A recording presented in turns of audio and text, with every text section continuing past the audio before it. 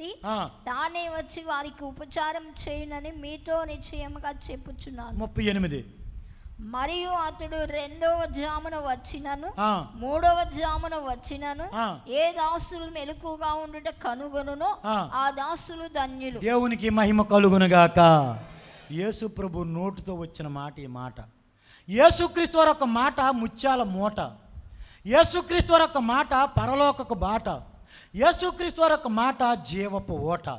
ముత్యాల మూట, పరలోకానికి బాట, జీవపు ఓట నా యేసయ్య మాట.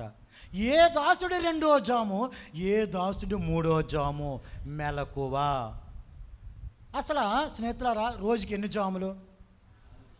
4 జాములు. పాత నిబంధనలో 3 జాములే. 6 నుంచి 10 వరకు ఒక జాము, 10 నుంచి 2 వరకు ఒక జాము, 2 నుంచి తెల్లవారు 6 వరకు ఒక జాము. పాత నిబంధనలో 3 జాములే. క్రొత్త నిబంధనలో యేసుక్రీస్తు వారు పుట్టిన కాలంలో హేరోదు రాజు ఉన్నాడు, పిలాతు ఉన్నాడు. ఆ సమయంలో రోమియోల చేతిలోకి వచ్చేసిన తర్వాత 4 జాములుగా చేసేవారు. 6 నుంచి 9 ఒక జాము, 9 నుంచి 12 ఒక జాము, 12 నుంచి 3 ఒక జాము, 3 నుంచి తెల్లవారు 6 వరకు ఒక జాము. 4 జాములు. యేసుక్రీస్తు వారు ఏమంటున్నారంటే, ఏ దాసుడు 2వ జాము మెలకువగా ఉంటాడో, ఏ దాసుడు 3వ జామును మెలకువగా ఉంటాడో, 2వ జాము 3వ జాము గురించి స్పష్టంగా ప్రభు మాట్లాడారు. మొదట జాము గురించి ఎందుకు మాట్లాడలేదు? 2:19 విలాప వాక్యాలు రేయి మొదటి జాము అని ఉంది. ఆ రేయి మొదటి జాము క్రొత్త నిబంధనలకు వచ్చేసరికి 4వ జాము అయిపోయింది. అందుకే మొదటి జాము ఏంటంటే 6 నుంచి 9 స్కూల్ పిల్లలు, కాలేజీ పిల్లలు, ఉద్యోగస్తులు, వ్యాపారస్తులు, లోకములో ఉన్నవారు అందరూ కూడా ఇంటికి వచ్చిన సమయం. మొదటి జాము 6 నుంచి 9 వరకు యేసు ప్రభు మాట్లాడలేదు. 2వ జాము 9 నుంచి 12 వరకు మెలకువా. అంటే ఏంటి తెలుసండి మెలకువ అంటే? పోనీ మీకు వచ్చిన ఆలోచన చెప్పండి.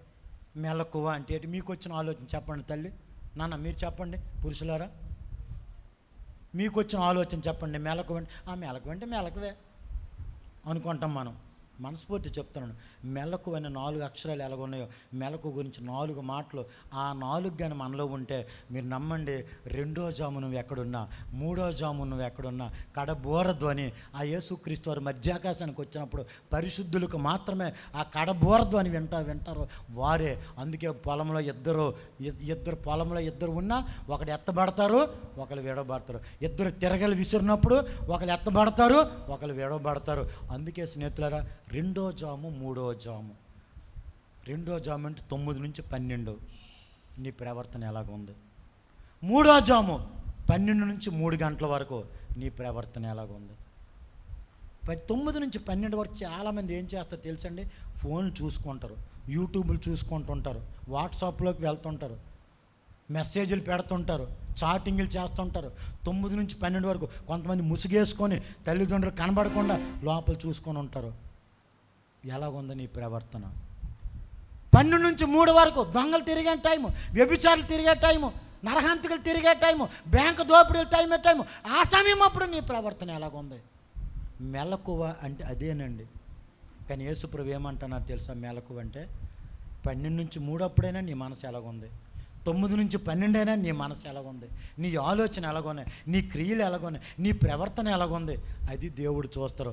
ఆ సమయంలో కూడా నువ్వు సిద్ధంగా ఉంటే, ఆ సమయంలో కూడా నువ్వు మంచి మనసుతో ఉంటే, ఆ సమయంలో కూడా నేను మంచి మనసుతో ఉంటే 4వ జాము గురించి ప్రభు అన్నారు 14:25 మత్తయి సువార్త. చూడండి ఏమంటాను యేసయ్య అక్కడ 14:25 మత్తయి సువార్త. రెండు స్నేహితులు వేగంగా. రాత్రి 4వ జామున ఆయన సముద్రం మీద నడుచుచు వారి యొద్దకు వచ్చాను. అందరూ ఆమె చెప్పండి ఒక్కసారి. రాత్రి 4వ జామున ఆయన సముద్రం మీద నడుచుచు, సముద్రం అంటే లోకము. మత్తయి సువార్త 13వ అధ్యాయము 1వ వచనం ప్రకారంగా సముద్రం అంటే లోకము. లోకం మీద నడుచుచు ఆయన వారి యొద్దకు వచ్చాను. ఒక్కసారి నిద్ర వచ్చిన వాళ్ళు అందరూ హల్లెలూయా చెప్పండి ఒకసారి. ఒకళ్ళు ఉన్నారు, దేవుడు మీ నిద్రను దూరపరచును గాక. 4వ జామున ప్రభు వస్తారు స్నేహితులారా. 2వ జామున మేము మెలకువగా ఉండాలి, 3వ జామున మెలకువగా ఉండాలి. 3 నుంచి 4 వరకు ప్రార్థన చేసినప్పుడు యేసు ప్రభు నాకు ఇచ్చిన వాక్యం ఈ వాక్యం. నాన్న నా పిల్లలతో ఈ మాట చెప్పు, నేను త్వరగా వస్తాను. నిజం స్నేహితులారా, ఏ మాట అబద్ధం కాదండి, నమ్మండి మీరు యేసు నామములో. ప్రభు చెప్పారు 2వ జామున నా పిల్లలు ఎలాగున్నారు, 3వ జామున నా పిల్లలు ఉన్నారు, వాళ్ళ ప్రవర్తన ఎలాగ, వాళ్ళ పరిశుద్ధత ఎలాగుంది, వాళ్ళ క్రియలు ఎలాగున్నాయి, ఆ 4 మాటలు చెప్తాను రండి. అసలు మెలకువ అంటే అర్థమేంటి తెలుసండి? మెలకువ. తీతుకు రాసిన పత్రిక 4 మాటలు టకా చెప్పి ముగించేస్తాను. తీతుకు రాసిన పత్రిక 2:12 చదవండి నాన్న, మైక్లో చదవండి నాన్న. మనము భక్తిహీనతను, ఇహలోక సంబంధమైన దురాశలను విసర్జించి శుభప్రదమైన నిరీక్షణ నిమిత్తము, అనగా మహాదేవుడును మన రక్షకుడైన యేసుక్రీస్తు మహిమ యొక్క ప్రత్యక్షత కొరకు ఎదురు చూచుచు. యేసే రెండో రాకడ గురించి ఎదురు చూసేవారి గురించి ఇక్కడ ఈ మాట కనిపిస్తుంది. చదువు నాన్న. ఈ లోకములో అమ్మ అందరూ వినాలి.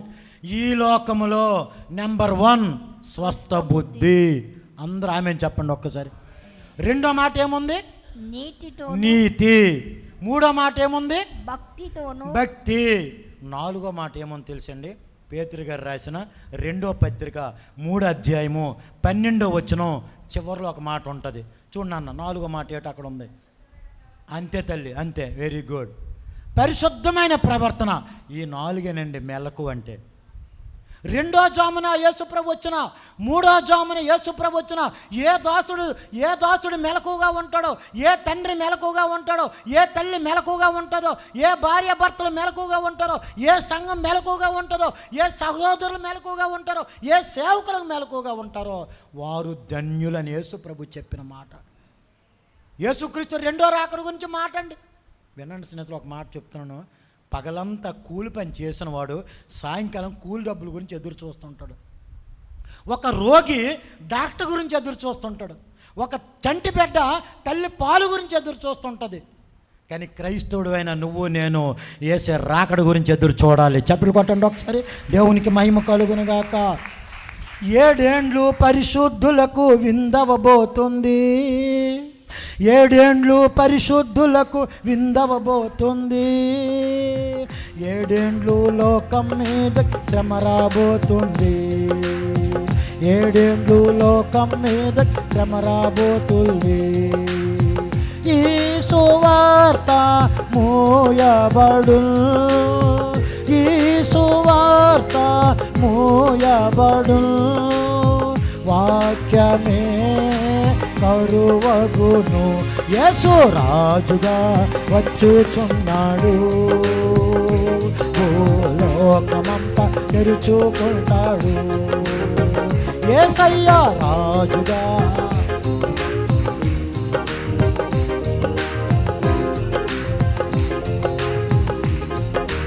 రవి కోటి తేజుడు రమ్యమైన దేవుడు, రవి కోటి తేజుడు రమ్యమైన దేవుడు రాజుగా వచ్చుచున్నాడు.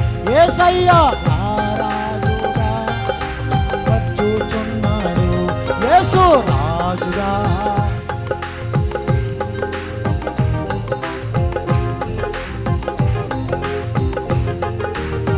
క్రైస్తవుడా మరువవద్దు ఆయన రాకడా. క్రైస్తవుడా మరువవద్దు ఆయన రాకడా.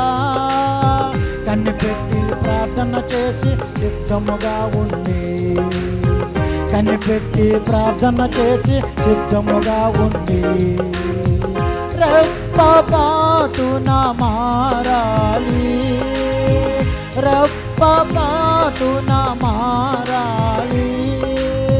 యేసయ్య చెంతకు చేరాలి, యేసయ్య చెంతకు చేరాలి. యేసు రాజుగా వచ్చుచున్నాడు. లోకమంతా తెరుచుకుంటాడు. యేసు రాజుగా వచ్చుచున్నాడు. లోకమంతా తెరుచుకుంటాడు. రవి కోటి దేవుడు రమ్యమైన దేవుడు, రవి కోటి దేవుడు రమ్యమైన దేవుడు రాజుగా వచ్చుచున్నాడు. రాజుగా వచ్చుచున్నాడు. యేసు రాజుగా వచ్చుచున్నాడు. లోకమంతా తెరుచుకుంటాడు. యేసు రాజుగా గ్లోరీ ఆమేన్ స్తోత్రం స్తోత్రం.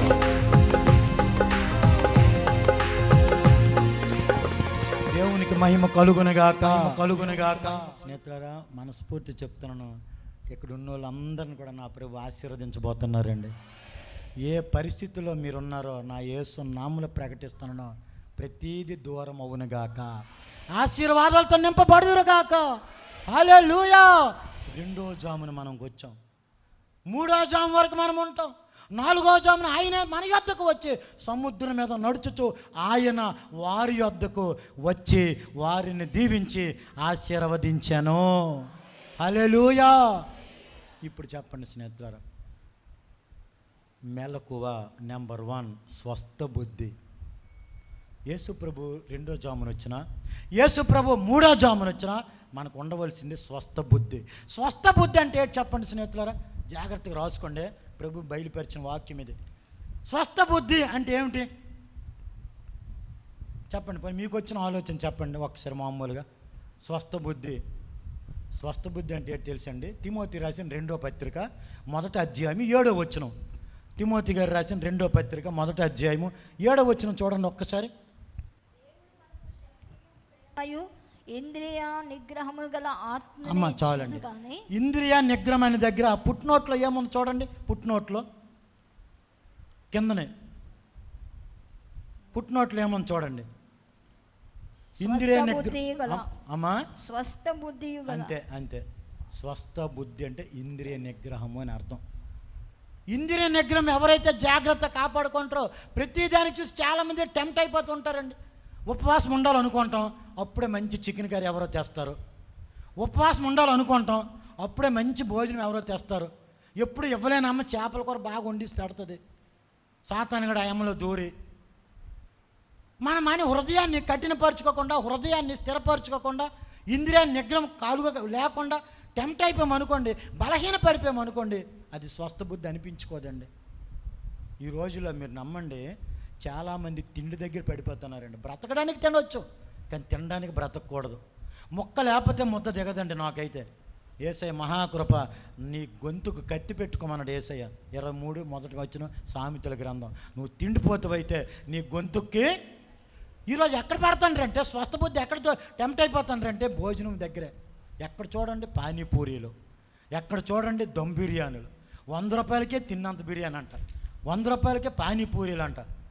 మీరు నమ్మరు కానీ మీరు రాజస్థాన్ వాడు బండి ఆడతాడు కదా, పానీపూరుడు, వాడు స్నానం చేయడండి. వాడు ఎక్కడ గోక్కుంటాడో తెలియదండి, వాడు ఎక్కడ చేయి పెడతాడో తెలియదండి. ఆడి దగ్గరికి వెళ్ళి ఔరేక్ ప్లేట్ దేదో బాయ్, ఇంకొక ప్లేట్ ఇవ్వు బాబు, చాలా బాగుంది. ఆడు స్నానం చేయడు మోకము మసి మోకముడు. ఆడి దగ్గరికి వెళ్ళి ఈ పానీపూరి ఆడు మళ్ళీ చెయ్యి అలా పెట్టి ఆ చేత్తోనే ఆడు స్నానం చేయి పెట్టి ఇలా గెలికి ఆ నీళ్ళే పోస్తుంటాడు దాంట్లోనే. ఏ నీళ్ళు అవి? చింతపండు నీళ్ళు. మీరు గమనించారో లేదో, ఆ చింతపండు అయితే వీళ్ళు ఏంటంటే బ్రహ్మరథం పెట్టినట్టు తినేస్తూ ఉంటారు. ఇంద్రియ నిగ్రహం చాలా ప్రాముఖ్యం. మీకు ఉదాహరణకు చెప్తాను. యేసు ప్రభువు ఏం చెప్పారు? ఏదైనా తినండి, ఆ పండు తినొద్దు, అది నాది, మీరు నాకు తినకూడదు. ఈ ఫలవృక్షాలు ఏదైనా మీరు భుజించవచ్చు, ఆ ఫలవృక్షం మీరు తినొద్దని యేసు ప్రభువు తండ్రి అనే దేవుడు చెప్తే ఆదాముకి అవ్వకి, అప్పుడు అవ్వకి చెప్పలేదులేండి, ఆదాముకి చెప్పాడు. ఆదాము అవ్వకి చెప్పి ఉంటాడు. సాతాను గడు వెళ్ళి ఏం చేస్తాడు? ఏం పర్వాలేదులే, యేసు ప్రభు అలా చెప్తారులే, తినేయమ్మ సూపర్గా ఉంటావు, సూపర్గా ఉంటావు తినేయమ్మ. తిండి దగ్గర పడగొడతాడు అపవాది. జాగ్రత్త అండి.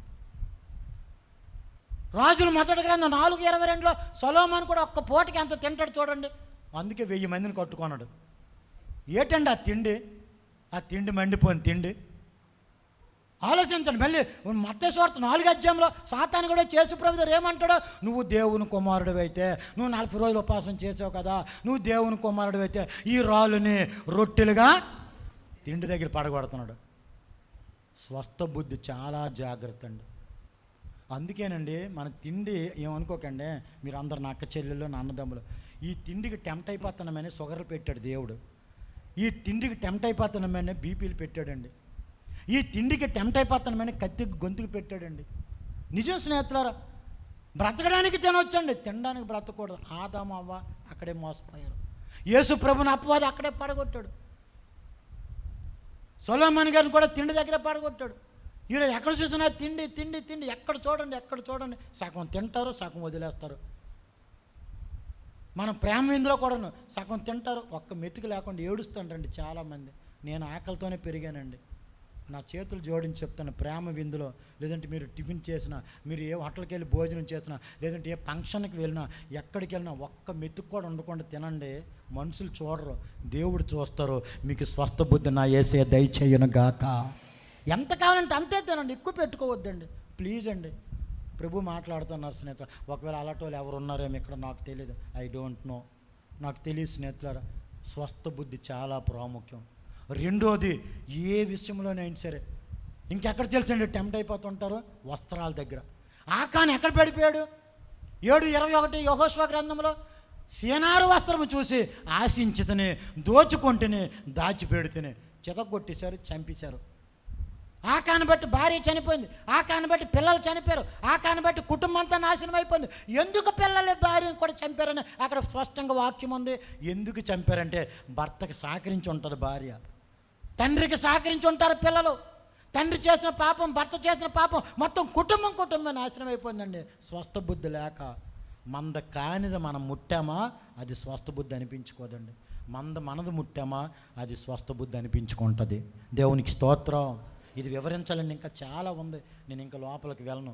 అందుకే స్నేహితులుగా, మెలకువ కలిగిన జీవితము నీకు కావాలంటే, మెలకువ కలిగిన జీవితము నాకు కావాలంటే, నెంబర్ 1 స్వస్థ బుద్ధితో ఉండాలండి.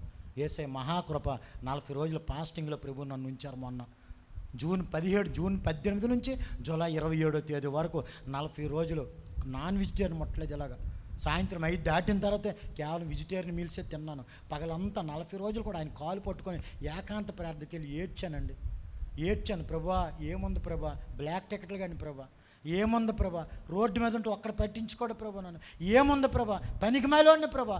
ఈరోజు అనేక మందికి దీవెనకరంగా నన్ను ఉంచవయ్యా, ఏమిచ్చి మీరు రుణం తీర్చుకుంటున్నాయ్యా. 77వ కీర్తన 5వ వచనంలో అక్కడ ఆసపు అదే మాట అంటాడు, పూర్వకాల సంవత్సరాలు తొల్లేటి దినాలని నా గుర్తుకు తెచ్చుకుంటానని ప్రభా, నా బ్రతికెంత నేనెంత ప్రభా అనుకొని 40 రోజులు మన ఫాస్టింగ్ ప్రేయర్లో ఉండడానికి ప్రభు కృప చూపించారు. ఆ ప్రార్థనలో ఉన్నప్పుడే పరిశుద్ధాత్మ దేవుడు బయలుపరిచారు, నా పిల్లలకి రెండో రాకడ త్వరగా ఉందనన్న సిద్ధపడమని చెప్పు. రెండో రాకడ త్వరగా ఉంది, నేను త్వరగా వస్తాను. ఈ భక్తి వ్యర్థమైపోకూడదు, ఈ స్వస్థ బుద్ధి వ్యర్థమైపోకూడదు. ఇప్పుడు వరకు చేసింది చాలు, ఇక మీదటైనా జాగ్రత్తగా ఉన్న మనసుని నా కుమారుడా, నా బిడ్డలకి చెప్పు. మోషేతో దేవుడు మాట్లాడితే మోషే ఇశ్రాయేలు ప్రజలతో మాట్లాడారండి. దైవజనుడితో ప్రభు మాట్లాడితే దైవజనుల నుండి దేవుని పిల్లలతో దేవుడు మాట్లాడతారు. అది గుర్తెరగాలి స్నేహితులారా మనం. అందుకే స్వస్థ బుద్ధితోనూ యేసయ్య రాకడ ప్రత్యక్షమైనప్పుడు ఆ మహాదేవుని ఎదుర్కొనేటప్పుడు మనకి ఖచ్చితంగా స్వస్థ బుద్ధి నా ప్రభు దయచేయునుగాక. ఒకటోది. రెండోది ఏముందో చూడండి అమ్మా. రెండో మాట ఏముందమ్మా? అందరు చెప్పండి, నీతి అనండి. అందరు చెప్పండి ఈ మాట, చెప్పండి అమ్మ నీతి. అమ్మ చివరిలో ఉన్నవాళ్ళు కూడా చెప్పండి అమ్మ నీతి. నీతి అంటే ఏంటి తెలుసండి అసలు? 15:34 కొరింథీయులకు రాసిన మొదటి పత్రిక 15వ అధ్యాయము 34వ వచనం ఒకసారి చూడండి.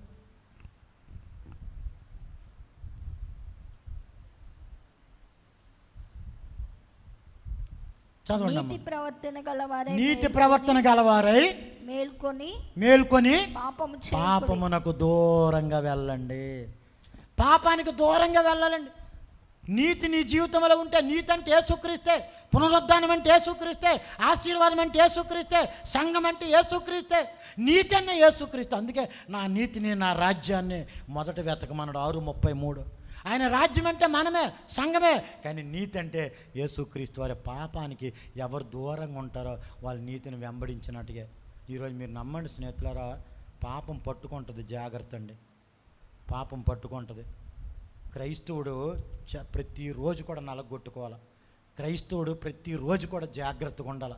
క్రైస్తవులు ప్రతిరోజు కూడా వేసే కాలు పట్టుకొని బ్రతకాల. ఇష్టానుసారంగా బ్రతికితే అది నీతి అనిపించుకోదు. ఒక మాట చెప్తున్నానండి, అదే 15:31 ఏమన్నారు చూడండి పౌలు గారు. చదువు అమ్మ ఒకసారి. 15వ అధ్యాయము 31వ వచనం. అపోస్తలుడైన పౌలు గారు, సహోదరులారా, మన ప్రభువైన యేసుక్రీస్తునందు మిమ్మును గూర్చి నాకు కలిగి ఉన్న అతిశయం తోడు నేను దినదినమును చనిపోవచ్చు. అది చూసారండి ఏమంటారు ఆయన, నేను దినదినము. ఏమండి మొన్న చనిపోయాడు కదా, మళ్ళీ నిన్న ఎందుకు చనిపోయాడండి? నిన్న చనిపోయాడు కదా, మళ్ళీ ఈరోజు ఎందుకు చనిపోవాలండి? ఈరోజు చనిపోయాడు కదా, మళ్ళీ రేపు ఎందుకు చనిపోవాలండి? సహోదరులారా, నా ప్రియమైన సంగమా, నా ప్రియమైన దేవుని పిల్లలారా, నేను నిన్న చనిపోయాను, ఈరోజు చనిపోతున్నాను, దినము నేను చనిపోతున్నాను అంటుండండి పౌలు గారు. నీతి అంటే ఏంటంటే దినము చనిపోవాలంటే అర్థం ఏంటంటే లోకములో చనిపోవాలా, యేసుక్రీస్తులో బ్రతకాలా. హల్లెలూయా. మీకు ఒక మంచి మాట చెప్తాను వినండి, మెలకు గురించి మంచి మాట.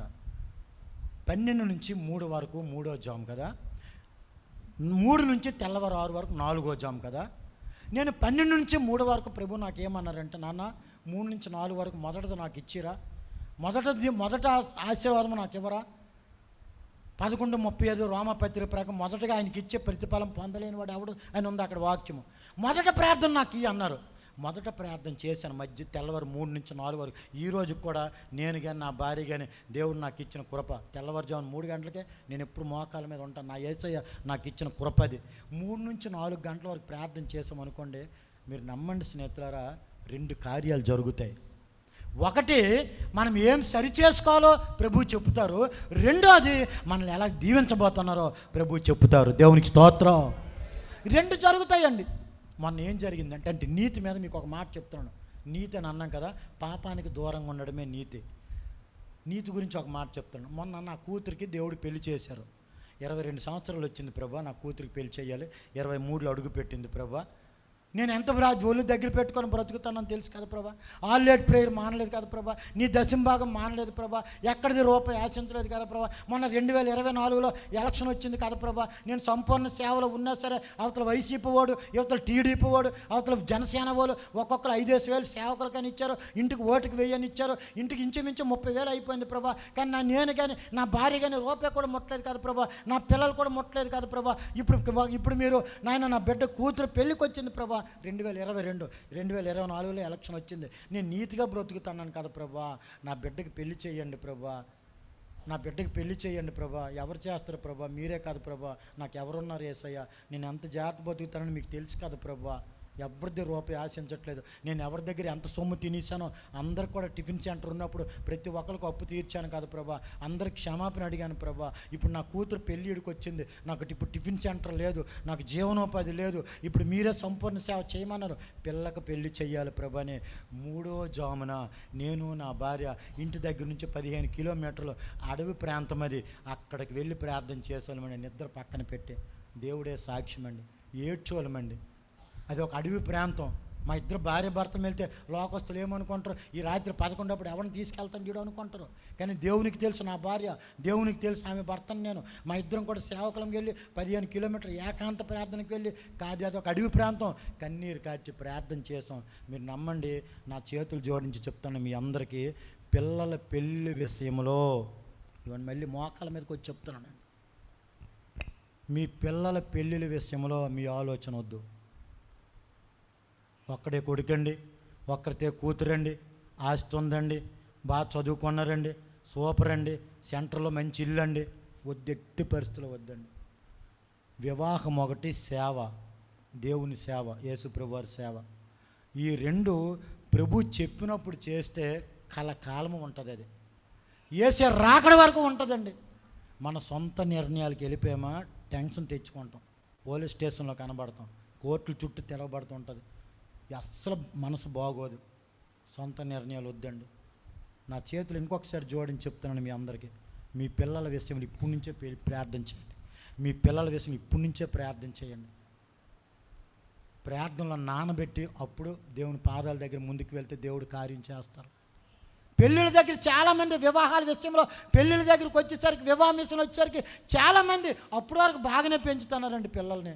పెళ్ళిడికి వచ్చేసరికి ఎంత ఇబ్బంది పడుతున్నారంటే అది 1 రోజు 2 రోజులతో కాదు స్నేహితులారా. దేవుడిచ్చిన కృప, దేవుడిచ్చిన ఆలోచన. 3 గంటలకు వెళ్ళి 11 నుండి 3 గంటల వరకు ఏకాంత ప్రార్థన చేస్తే అప్పుడు ప్రభు మాట్లాడారు, రై నీ కుమార్తెకి సామర్లకోటలో ఒక కుర్రోడు ఉన్నాడు, రాడికి ఇచ్చారా నీ కుమార్తెను అన్నారు. ప్రభు వాళ్ళు ఎవరో నాకు తెలియదు ప్రభా, నేను పంపిస్తాను కదా అన్నారు. ఒక పాస్టర్ గారి ద్వారా, రాజమండ్రిలో ఒక పాస్టర్ గారి ద్వారా ఆ సంబంధం, ఆ కుర్రోడు తల్లి తండ్రి ఆ కుటుంబం అంతా క్రైస్తవులే మా ఇంటికి వచ్చారు. ఎప్పుడు వచ్చారు? జనవరి 26 దాటిన తర్వాత వచ్చారు. చూశారు. నేను అన్నాను, మంచిదేనండి, మా బాబు మాకు నచ్చాడు, మా అమ్మాయి మీకు నచ్చింది, ఓకే మంచిదేనండి, అయితే మీరు వెళ్ళండి, మేము వెళ్ళి ప్రార్థన చేసి చెప్తామండి అన్నాను. వాళ్ళు వెళ్ళిపోయారు. జనవరి 26నో 31 లోపు వచ్చి వెళ్ళారు. ఫిబ్రవరి, మార్చి, ఏప్రిల్, మే, జూన్ 5 నెలలు మరి కంటిన్యూ ప్రార్థన చేసాం. 5 మూలు 15 150 రోజులు కంటిన్యూ. నా కూతురు ఒకవైపు డిగ్రీ చదువుకుంది, ప్రభువే చదివించారు. నా కూతురు ఒకవైపు, నా పెద్ద కూతురు ఒకవైపు, నా భార్య ఒకవైపు, నేను ఒకవైపు, ఇలా కంటిన్యూ ప్రార్థన చేసాం. ప్రభువా ఆ బిడ్డ వచ్చాడు, ఓకే ప్రభా, కానీ పెళ్ళికి డబ్బులు లేవు ప్రభా అన్నాను. మీరు నమ్మండి స్నేహితులారా, యేసయ్యను అడుక్కుంటే ప్రజలు అడుక్కు అవసరం లేదు. దేవునికి స్తోత్రం చెప్పండి ఒకసారి. దేవునికి స్తోత్రం చెప్పండి ఒకసారి. యేసయ్య దగ్గర ఏడిస్తే ప్రజల దగ్గర ఏడవసరం లేదండి. ఈరోజు ప్రజల దగ్గరికి ఏడుస్తాను రండి కష్టాలు చెప్పుకొని. ఇంకేం క్రైస్తవులకు విలువ ఉంటుంది? ఆలోచించండి. నేను అంటాను కాదు, ప్రభువే మాట్లాడుతున్నారండి. జరిగిన సంఘటన ఏది అబద్ధం కాదు స్నేహితులారా. డబ్బులు లేవు ప్రభు అన్నాను. ప్రభు ఏమన్నారు తెలుసా? అరే నేనే నీ ఆస్తిరా, దిగులు పడక నాన్న అన్నారు. 9 లక్షలండి. నా యేసయ్యకి మహిమ కలుగునుగాక. 9 లక్షలు. ఒకరి దగ్గర 3 లక్షలు, ఒకరి దగ్గర 2 లక్షలు, ఒకరి దగ్గర 1,00,000, ఒకరి దగ్గర 1,00,000, ఒకరి దగ్గర 50,000, ఒకరి దగ్గర 50,000, 9 లక్షలు తెచ్చి నా చేతిలో పెట్టారు. పాస్టర్ గారు మీ అమ్మాయికి పెళ్లి చేసుకోండి అన్నారు. నేను అన్నాను, సూటి సంతకం పెట్టను నేను పాస్టర్ గారును అన్నాను. పెట్టొద్దండి అన్నారు. మళ్ళీ నేను అన్నాను, 5 రూపాయలు కూడా నేను వడ్డీ ఇవ్వలేనమ్మా, 1 రూపాయి కూడా వడ్డీ ఇవ్వలేను, వద్దు పాస్టర్ గారు మాకు వడ్డీలు ఇవ్వకుండా ఇస్తానమండి అన్నారు. 3వ మాట అన్నాను, నేను ఎప్పుడు అడిగితే మీరు ఎప్పుడు అడిగినా నేను ఇవ్వలేను, దేవుడు నాకు ఎప్పుడు ఇస్తే మీకు అప్పుడు ఇస్తాను అన్నాను. అలాగే పాస్టర్ గారు అన్నారు. 3 ఆటలకి ఒప్పుకొని 9 లక్షలు ఇచ్చారు. నా దగ్గర కొంచెం డబ్బులు ఉంటే మీరు నమ్మండి స్నేహితులారా, వాళ్ళు కూడా చాలా మంచి కుటుంబం అండి. ఇంటి దేవుని ఏర్పాటు. కట్నం కూడా వాళ్ళు అడగలేదండి. నేను అన్నాను, మీ పెళ్లి ఖర్చులకు ఉండాలి కదా, నా కూతురు రుణం నేను తీర్చుకోవాలి కదా తండ్రిగా, ఇదిగోండి అనుకున్న కొంచెం ఒక 3 లక్షలు వాళ్ళ చేతులు పెట్టాను. నా కూతురు రుణం నేను తీర్చుకోవాలి, పెళ్లి కొడుకుగా మీ దగ్గర పెళ్లి చేసుకొని మేము చేస్తామండి పాస్టర్ గారు అన్నారు. వద్దు నేనే వైజాగ్లో పెళ్లి చేస్తానని వైజాగ్లో 800 మందికి అన్నం పెట్టాను. దేవుని మహాకృపను బట్టి అద్భుతంగా బలమైన అప్పుడు అయ్యగారు నాకు తెలియదు, లేకపోతే అయ్యగారిని కూడా పిలుద్దును, బలమైన సేవకులు వచ్చారు. అద్భుతంగా 2022 జూలై 21నే నా యేసయ్య దగ్గర కూర్చొని నా బిడ్డకి వివాహం చేశారండి. అందరూ ఆమె చెప్పండి ఒక్కసారి. దేవునికి స్తోత్రం చెప్పండి ఒకసారి. మా నాన్న, మా అన్నయ్య, మా తమ్ముడు, మా చుట్టాలు ఏమన్నారు తెలుసా? నీకు బుద్ధి ఉందా లేదా? యేసు ప్రభుని నమ్ముకున్నావు కానీ ఇప్పుడు ఆషాఢం ఇది, జూలై నెల ఆషాఢం ఇది మూఢం ఇది, ఇప్పుడు పెళ్లి చేసేస్తావా? నీకు బుద్ధి ఉందా లేదా అన్నారు. నేను అన్నాను, మీకు ఆషాఢమే, నాకు ఆశీర్వాదం. దేవునికి స్తోత్రం. మీరు నమ్మండి, ప్రభు పొంగిపోతారు సార్ అలాంటప్పుడు. శబాస్ నా కూతురా, శబాస్ నా కొడుకు అంటారండి. కొంతమంది పంతుల దగ్గరికి వెళ్ళి ముహూర్తాలు తెచ్చి పాస్టర్ గారికి ఈ ముహూర్తానికే పెళ్లి చేయండి, గోవ మీద కొట్టేస్తాడు యేసయ్య. దేవునికి స్తోత్రం. హల్లెలూయా. పాస్టర్ గారికి తెలియదు కానీ యేసయ్యకి తెలుసు కదండి. పంతుల దగ్గరికి వెళ్తారండి, ఆ ముహూర్తం ఇది, వీళ్ళ నక్షత్రం చూడండి, వీళ్ళ తిథులు చూడండి, వీళ్ళ గోత్రాలు, దీని మోకం అండి, ఇది మోకం. నిజం స్నేహితులారా, చాలా జరుగుతున్నాయి.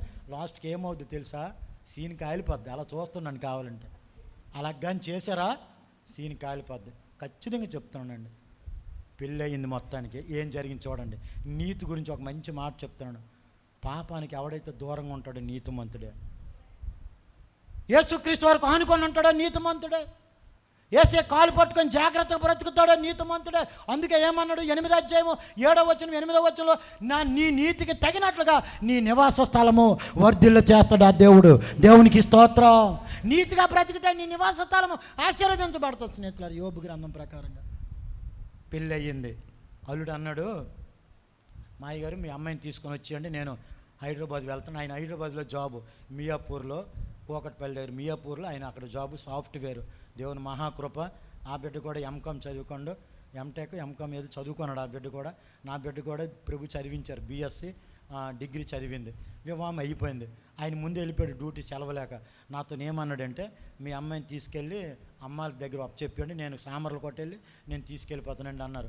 నేను తెల్లవారులేసి దిగబెట్టాలి. మా ఇంటికి రైల్వే స్టేషన్కి 8 కిలోమీటర్లు ఉంటుంది. మా ఇంటికి విశాఖపట్నం రైల్వే స్టేషన్కి. అమ్మ తెల్లవారు బట్టలని సర్దుకో, నేను తీసుకెళ్ళి దిగబెట్టాలి అంటే అలాగే నాన్నగారు అన్నది. వెంటనే రెడీ అయిపోయింది. ఇంటి దగ్గర బయలుదేరాం. విపరీతమైన వర్షం పడుతుంది. శుభ్రంగా మొత్తం తడిసిపోయాం. ఇద్దరం కూడా తడిసిపోయాను. నేను అన్నాను, అమ్మ బండి నేను పార్కింగ్లో పెట్టేసి వస్తాను, ఇదిగా అమ్మ 500 పిల్లలు మన ఇద్దరికి సామర్లకోటకి టికెట్ తీయమ్మ అన్నాను. టికెట్ తీసింది, నేను బండి పార్కింగ్లో పెట్టి జన్మభూమి ఎక్స్ప్రెస్లో కూర్చోను. జన్మభూమి కదిలింది స్నేహితులారా. కదిలిన తర్వాత నేను అడిగాను, ఏదమ్మా ఛార్జ్, మిగతా డబ్బులు ఏమమ్మంటే నాకు డబ్బులు టికెట్ నా చేతిలో పెట్టింది. నేను అన్నాను, 2 టికెట్లు తీయాలి కదమ్మా, ఒక టికెటే తీసేవేమ్మా అని అడిగాను. అంటే అన్నది, నాకు తెలియదులేండి నాన్నగారు, ఒక టికెటే తీసాను అన్నది. అప్పుడు నా మనసులో అనుకున్నాను, ప్రభా నేను మీ సేవకుడిని ప్రభా, నాయన 2 టికెట్లు తీస్తే మేము సామర్లకోట వెళ్ళాలి. నా బిడ్డకు తెలియకుండా ఒక టికెటే తీసింది. మీరు నీతిమంతులని దేవుడు ప్రభా, నేను మీ నీతి పొందుకుని సేవకుడిని ప్రభా, ఈ లోకంలో దరిద్రం అనిపించాను, మీ నీతి ద్వారా కడగబడ్డాను ప్రభా. నాయన ఒకవేళ టీటీ వస్తే ఎంత అడిగితే అంత ఇచ్చేస్తాను ప్రభా, నన్ను క్షమించండి అయ్యా, నా బిడ్డను క్షమించండి అయ్యా అనుకొని మీరు నమ్మండి, అక్కడ సీటు దొరికినా సరే సామర్లకోట వరకు విశాఖపట్నం నుంచి 2.5 గంటలండి, 150 కిలోమీటర్లు అలా నిలబడి వెళ్ళాను. ఈలోపు సామర్లకోట వచ్చింది. ట్రైన్ దిగిన వెంటనే దేవునికి స్తోత్రం అనలేదు. వెంటనే నా కూతురిని తీసుకెళ్ళి అర్జెంటుగా ఒక టికెట్ తీయ అన్నాను. నాన్నగారు ఇప్పుడు మీరు వెళ్ళరు కదా, రిటర్న్ జన్మభూమికి వెళ్తారు కదా, సాయంకాలం 5 గంటలకు అన్నారు. నేను అన్నాను, లేదు అర్జెంట్ తీయమ్మా అన్నాను. విశాఖపట్నం నుంచి సామర్లకోటకి ఎంతో, సామర్లకోట నుంచి విశాఖపట్నం కూడా అంతే టికెట్. ఒక టికెట్ తీసింది సూపర్ ఫాస్ట్కి. అందరూ ట్రైన్ అప్పుడే దిగారు, అందరూ చూస్తున్నారు స్నేహితులారా, అందరూ చూస్తున్నారు. ఆ టికెట్ అక్కడే చించేసి అక్కడే పడేసానండి. నన్ను పట్టుకొని నా కూతురు ఏడ్చింది, ఏమని అన్న టికెట్ చింపేశావని. నేను అన్నాను, నీ పొరుగు అనేది ఏది ఆశించొద్దని నా యేసయ్య చెప్పారమ్మా. నీతిగా బ్రతికామంటే పాపానికి దూరంగా ఉండమన్నానమ్మా. రైల్వే వాడి దగ్గర మనకెందుకమ్మా, ఆర్టీసీ వాడి దగ్గర మనకెందుకమ్మా, ఇరుగు పొరుగు వాడిది మనకెందుకమ్మా, ఎవరిది మనం ఆశించకూడదమ్మా. దేవుడిచ్చింది తింటేనే అది నిత్యము నిలబడతా తల్లి. ఈరోజు నువ్వు నా బిడ్డవు, నేను నీకు చెప్పాను, రేపొద్దు నీ పిల్లలకి నువ్వు చెప్పాలమ్మంటే నా కాలు పట్టుకొని నన్ను పట్టుకొని, ఇలాంటి మంచి తండ్రి నాకు ఇచ్చినందుకు నీ కృతజ్ఞతాస్తుతులు యేసయ్యా. ఆ బిడ్డని నేను చంపేయాలని చూశాను, ఆ 2వ పిల్లని నేను చంపేయాలని చూశానండి. ఎప్పుడైతే చంపేయాలని చూశానో నా బిడ్డ ఆ ఇంట్లో అడుగుపెట్టినప్పుడు 50,000 జీతం, ఈరోజు నా అల్లుడి గారి జీతం 1,05,000. దేవునికి స్తోత్రం. మీరు నమ్మండి స్నేహితులారా, మన పిల్లలు ఎవరింట్లో అడుగుపెట్టినా వాళ్ళకే ఆశీర్వాదం. చప్పట్లు కొట్టండి ఒక్కసారి, కొట్టండి చప్పట్లు ఒక్కసారి. దేవునికి స్తోత్రం కలుగును గాక. మన బిడ్డలు ఎవరింట్లో అడుగుపెట్టినా ఆ వెలుగు వెళ్తుందండి, ఆ నీతి వెళ్తుందండి. ఎప్పుడైతే తిరిగి రిటర్ను ఇంటికి వెళ్ళి పడుకొనో ఆ రాత్రి మళ్ళీ యేసుప్రభు నాతో మాట్లాడారు. 11వ అధ్యాయము 4వ వచనం సామెతల గ్రంథం. ఆ వాక్యంతో ప్రభు స్పష్టంగా స్వరం ఆ రాత్రి నేను విన్నానండి. నా బిడ్డను దిగబెట్టేసి మళ్ళీ రిటర్న్ జన్మభూమికి వెళ్ళాను. ఆ రాత్రి ప్రార్థన చేసుకొని నేను నిద్రలోకి వెళ్ళినప్పుడు ప్రభు మాట్లాడారు. 11:4 చూడండి. అది అందరూ చప్పట్లు కొట్టండి అమ్మ, ఒక్కసారి చప్పట్లు కొట్టండి, ఒక్కసారి గట్టి కొట్టండి. దేవునికి స్తోత్రం కలుగునుగాక. నీతి మరణము నుండి రక్షిస్తుందండి. నీ కరోనా వచ్చినా కరుణామయుడు తోడై ఉన్నాడు, ఏమవ్వదు. నీకు ఎలాంటి బాధలు వచ్చినా ఎలాంటి రోగాలు వచ్చినా ఏమి రావండి. నీతి మరణం నుండి తప్పిస్తుందండి. నా చేతులు జోడించి చెప్తున్నాను, ఒకవేళ ఇంకో మాట అన్నారు యేసయ్య. ఏమన్నారు తెలుసండి? కొండ మీద ప్రసంగంలో 5:26 చదువు తల్లి, మత్తయి సువార్తలో 5వ అధ్యాయము 26వ వచనం, మత్తయి సువార్త. యేసు ప్రభు ఏమన్నారు చూడండి నీతి గురించి. అక్కడ కూడా మంచి మాట మాట్లాడారు. చదువు నాన్న. 5:26. నీ ప్రతివాదితో నీవును అమ్మా కడపట్టి కాసు. అది ఏమర్థమైంది ఈ వాక్యాన్ని బట్టి? చెప్పండి ఒక్కసారి, ఈ వాక్యాన్ని బట్టి ఏమర్థమైంది? కడపట్టి కాసు. చెప్పండి ఈ మాట అందరు కూడా, అందరు చెప్పండి. కడపట్టి కాసు అంటే అర్థం ఏంటి? కడపట్టి అంటే ఏంటి? ఇంతకు ముందుది కదా. దేవునికి స్తోత్రం చెప్పండి. కడపట్టి కాసు చెల్లిస్తే కానీ నువ్వు వెలుపలికి, పరలోకానికి, నిత్య జీవానికి, నా దగ్గరికి రానే రావు. పాత బిల్లు కట్టాలండి. పాత కిరాణా బిల్లు కడితేనే కిరాణా ఇస్తాడు. పాత కరెంట్ బిల్లు కడితేనే ఫీజు ఉంచుతాడు. వచ్చే నెల కడతామండి అంటే ఫీజు పట్టుకెళ్ళిపోతాడండి. ఈ లోకంలోనే పాలు బిల్లు కానీ, కిరాణా బిల్లు కానీ, రైస్ బిల్లు కానీ, పేపర్ బిల్లు కానీ ఈ లోకంలో ఎప్పటికప్పుడు మనం కడుతుంటాం. కానీ యేసుప్రభు ఏమన్నాడు? కడపట్టి కాసు చెల్లిస్తే కానీ వెలుపలికి రానే రావని నిత్యముగా చెప్పుచున్నాను. ఇంకొకసారి నా చేతులు జోడించి చెప్తున్నాను, ఎంతమంది దశమ భాగము ఇవ్వట్లేదు చూసుకోండి. మరి నాతో ప్రభు మొన్న మాట్లాడారు అక్టోబర్లో, కరెక్ట్ 1 year అయింది. ఇది అక్టోబర్, లాస్ట్ అక్టోబర్లో ప్రభు మాట్లాడు. ఒరే దొంగ అన్నారు. ఇదేంటి ప్రభా? నేను దొంగనేటి ప్రభా? నేను దొంగనేటి నువ్వు దొంగవా అన్నారు. ఏం ప్రభా అన్నాను. ఏమన్నారు తెలుసండి? 2005లో నువ్వు నన్ను నమ్ముకున్నావురా, మరి 2010 వరకు నువ్వు దశమ భాగం కట్టావా అన్నారండి. నిజమండి బాబు, మా ఆత్మీయ తండ్రి చనిపోయారు. ఆయనలాగా వచ్చి అడుగుతున్నారు నాకు. ఆయనలాగా వచ్చి కానుక పెట్టి పట్టుకొని నా దగ్గరికి వస్తాను ఇలాగా. అప్పుడు నేను అనుకున్నాను 2000 బాగా వినండి, 2011 ఫిబ్రవరి 10వ తారీఖు 2011 సంవత్సరం ఫిబ్రవరి 10వ తారీఖు బుధవారం. ఆ రోజు తెల్లవారుజామున 3 అప్పుడు ప్రభు మాట్లాడారు, దశంభాగం ఇవ్వు, దశంభాగం ఇవ్వు. స్పష్టంగా విన్నాను నేను. అంటే 2005 నుంచి 2010 వరకు నేను ఇవ్వలేదండి. 2010 మే 30నే ప్రభు పాదాల దగ్గరికి మా పాస్టర్ గారు వెళ్ళిపోయారు. ఆత్మీయ తండ్రి ప్రభు పాదాల దగ్గరికి వెళ్ళిపోయిన తర్వాత, ఆత్మీయ తండ్రి చనిపోయిన తర్వాత అప్పుడు ప్రభు మాట్లాడారు నాతో. ఏంటి ఇది ఇంత చిత్రం, ఇలా మాట్లాడతారా? ఖచ్చితంగా మాట్లాడతారండి. ఖచ్చితంగా యెహోషువ మోషే చనిపోయిన తర్వాత యెహోషువతో దేవుడు మాట్లాడారు, వాక్యంలో ఉంది. పాస్టర్ గారు చనిపోయిన తర్వాత మాట్లాడారు, దశంభాగం తీసుకెళ్ళి కొట్టు, ఇంకెక్కడే వాళ్ళకి ఇవ్వు. నీ గురించి ఏడ్చారు, నీ గురించి కన్నీరు కార్చారు. వినండి స్నేహితులారా, మన మీద ఏడ్చిన వాళ్ళు అనేక మంది, మన గురించి ఏడ్చిన వాళ్ళే సేవకులు. చప్పట్లు కొట్టండి ఒకసారి, చప్పట్లు కొట్టండి ఒక్కసారి. మన మీద ఏడ్చిన వాళ్ళు అనేక మంది, కానీ మన గురించి ఏడ్చిన వాడు సేవకుడు అండి. అది యేసయ్యకి తెలిసింది. 2005 నుంచి 2010 వరకు నువ్వు దశంభాగం ఇవ్వలేదురా, కడపటి కాసు చెల్లిస్తే కానీ పరలోక నథింగ్ అన్నాడు. నై జాంతా. అప్పుడు భయపడి నేను ఏమన్నాను తెలుసా, ప్రభా ఒక 10,000 ఇచ్చుకుంటాను ప్రభు అని. మొన్న ఒక 5,000 ఇచ్చానండి. అమ్మ పాస్ అంటే దశంభాగం కంటిన్యూ ఇస్తాను అప్పటి నుంచి. మొన్న 10,000కి 5,000 ఇచ్చాను, ఇంకొక 5,000 ఉంది. ఎందుకంటే ప్రసంగి గ్రంథం 5:4 నీవు మొక్కుబడి చెల్లించుకొని ఎడల అది తీర్చగా ఉన్నావంటే అది నీకు కీడే. మొక్కుబడి చెల్లించకపోయినా పర్వాలేదు, కానీ చెల్లించిన తర్వాత తీర్చకుండా ఉన్నావా నీకు ఖచ్చితంగా కీడే అని అక్కడ స్పష్టంగా ఉంది. 5:4 చూడండి కావాలంటే ప్రసంగి గ్రంథంలో. నేను ఒప్పుకోనండి ప్రభా 10,000 ఇచ్చుకుంటాను ప్రభా. మొన్న ఒక 5,000 ఇచ్చాను, తర్వాత ఒక 5,000 ఇస్తాను. మీరు నమ్మండి స్నేహితులారా, ఇలా చేస్తే ఏం జరుగుతుందంటే మన మీద అపవాదికి మాత్రం కూడా ఛాన్స్ ఉండదు. మన మీద అపవాది మాత్రం కూడా ఏలుబడి చెయ్యడు. మీరు నమ్మండి, గమనించండి. చాలామంది హాస్పిటల్కి డబ్బులు పోసేస్తుంటారు, చాలామంది పిల్లల విషయంలో డబ్బులు పోసేస్తుంటారు, చాలామంది అనారోగ్యంతో డబ్బులు పోసేస్తుంటారు, చాలామంది వడ్డీలకి ఇచ్చే డబ్బులు పోగొట్టుకుంటుంటారు. ఎవరికి చెప్పలేక, కక్కలేక, మింగలేక ఇబ్బందులు పడిన వాళ్ళు క్రైస్తవులు కుప్పల మంది ఉన్నారండి. మీరు నమ్మండి స్నేహితులారా, ఇలాగ చేసి చూడండి. నా ప్రభు బలమైన హస్తము, దక్షిణ హస్తము మీ కుటుంబం మీద ఉండునుగాక. అది నీతి అంటే. ఏది ఆశించొద్దండి, ఎవరిది ఆశించొద్దండి, మంద కాంజ మనం ఆశించొద్దండి. మీకు ఉదాహరణ చెప్తాను. ఒకవేళ ఏ ఉల్లిపాయలు కొనడానికి వెళ్ళారు అనుకోండి, దుంపలు కొనడానికి వెళ్ళారు అనుకోండి, పచ్చిమిరపకాయలు కొనడానికి వెళ్ళారు అనుకోండి, కాయగూరలు కొనడానికి వెళ్ళారు అనుకోండి, ఆ లోపల ఉంటారు, మనం బయట ఉంటాం, అవి వేసుకుంటాం. ఒకవేళ మనకు తెలియకుండా ఒక ఉల్లిపాయ పడిపోవచ్చు, కిందన పడిపోవచ్చండి. వెంటనే మన బొట్టలోకి వేసుకోకూడదు. వాళ్ళు చూడరు, అమ్మ కిందన ఉల్లిపాయలు పడిపోవమ్మా, ఇదిగమ్మా వాళ్ళ బుట్టలోకే వెయ్యాలి. ఈ ఉల్లిపాయ దగ్గర కూడా దేవుడు లెక్క అడుగుతాడండి. పక్కింటోడు చీపురు మన దగ్గర ఉందనుకోండి, అమ్మ మీ చీపురు ఇటు పడిపోయింది, అదిగమ్మ. పక్కింటోడు టవల్ పడిపోయినా, ఇదిగోండి మీ టవల్ పడిపోయింది. మీరు నమ్మండి స్నేహితులారా, మంచి మాట ఉంటుంది, మీకు తర్వాత వాక్యం చూపిస్తాను. ఏది మనది కానిది కానీ మనం ఆశించామా ప్రార్థన వ్యర్థము. మనది కానిది ఏది ఆశించకూడదు, మనదైతే మనం ఆశించాలా. అది నీతి. కొట్టండి చప్పట్లు ఒక్కసారి. నీతి మరణము నుండి రక్షిస్తుంది, నీతి మరణం నుండి తప్పిస్తుంది. ఆ నీతి రేపొద్దు నిత్య జీవానికి తీసుకెళ్తుంది. మరణం అంటే నరకం అండి, నరకం అంటే అగ్నికొండమండి, అక్కడికి వెళ్ళనివ్వలేదు. మీరు నమ్మండి, చాలామందికి తెలియదు, కానీ చాలామంది క్రైస్తవులు ఎత్తబడరండి రెండో రాకడలో.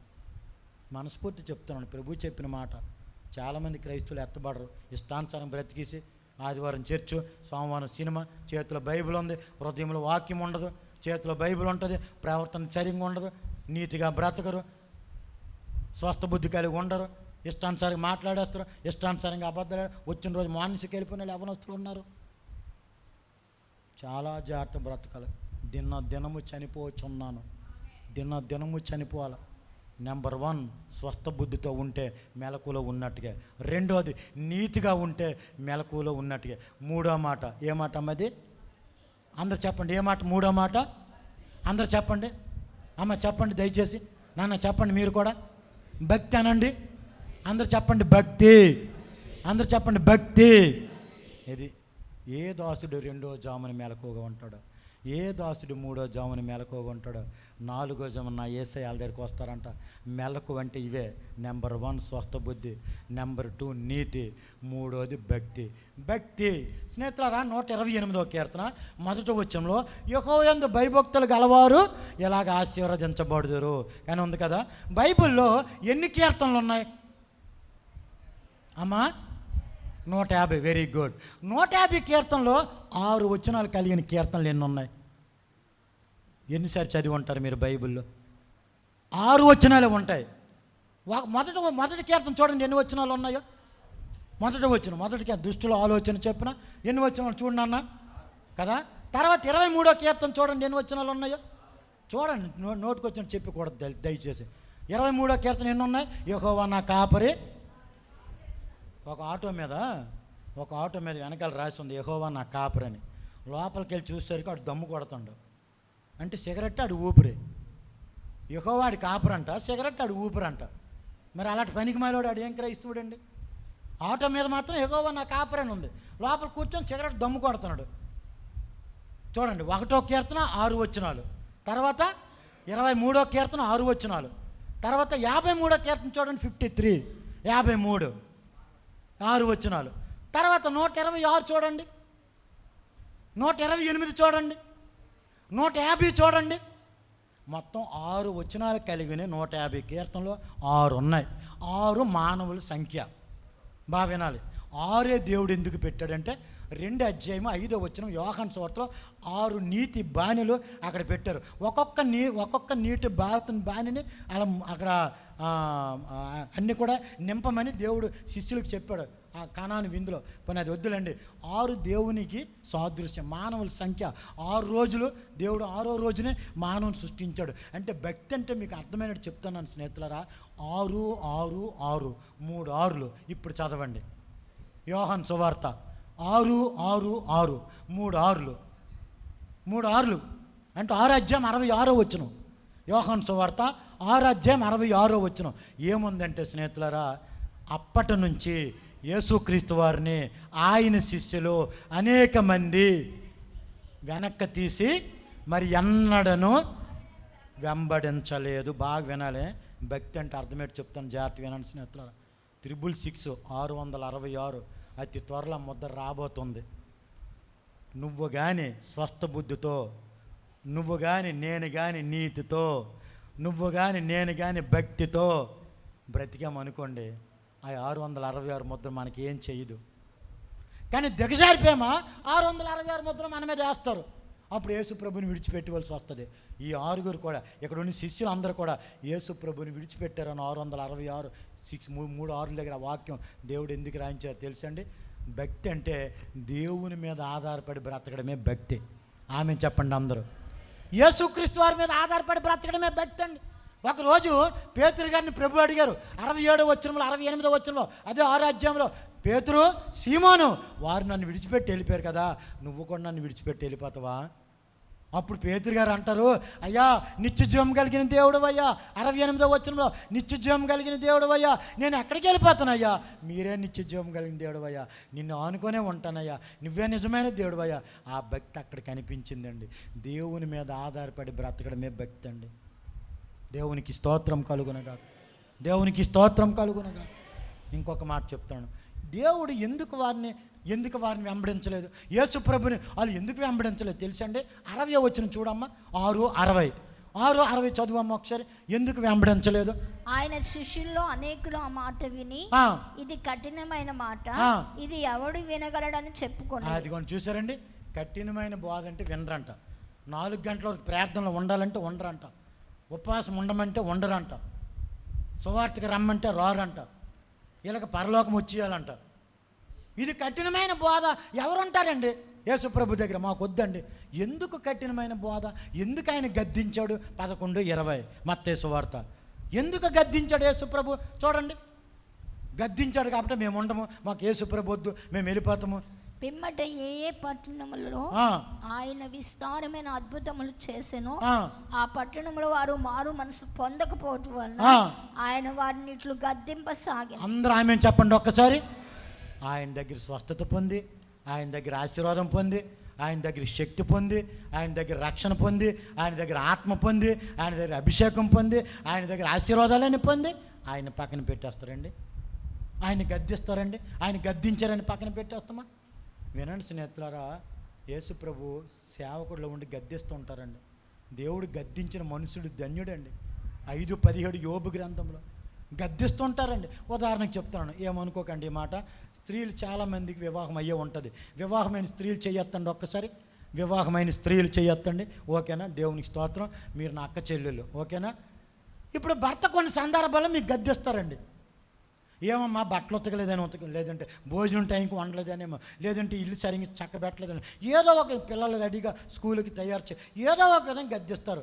భర్త గద్దించాడని భార్య అలిగితే ఎలాగుంటుందండి? భర్త ఉదాహరణ చెప్తాను, ఏమనుకోకండి. ఈ షర్టు ఈ ప్యాంటు కుట్టాలంటే 700 రూపాయలు, 650, 700 తప్పితే 800. కానీ బ్లౌజ్ అట 1500 అంట. బ్లౌజ్ కుట్టేస్తానంట 2000 అంట. మరి ఆ డబ్బు ఎక్కడదండి భర్త ఇవ్వకపోతే? మరి భర్త గద్దించినప్పుడు ఆ మాత్రం లొంగకపోతే, ఆ మాత్రం విధేయత చూపించకపోతే ఎలా స్నేహితులారా? నాకు 2 కూతురులు ఉన్నారు. చెప్తాను మాట ఉదాహరణకి.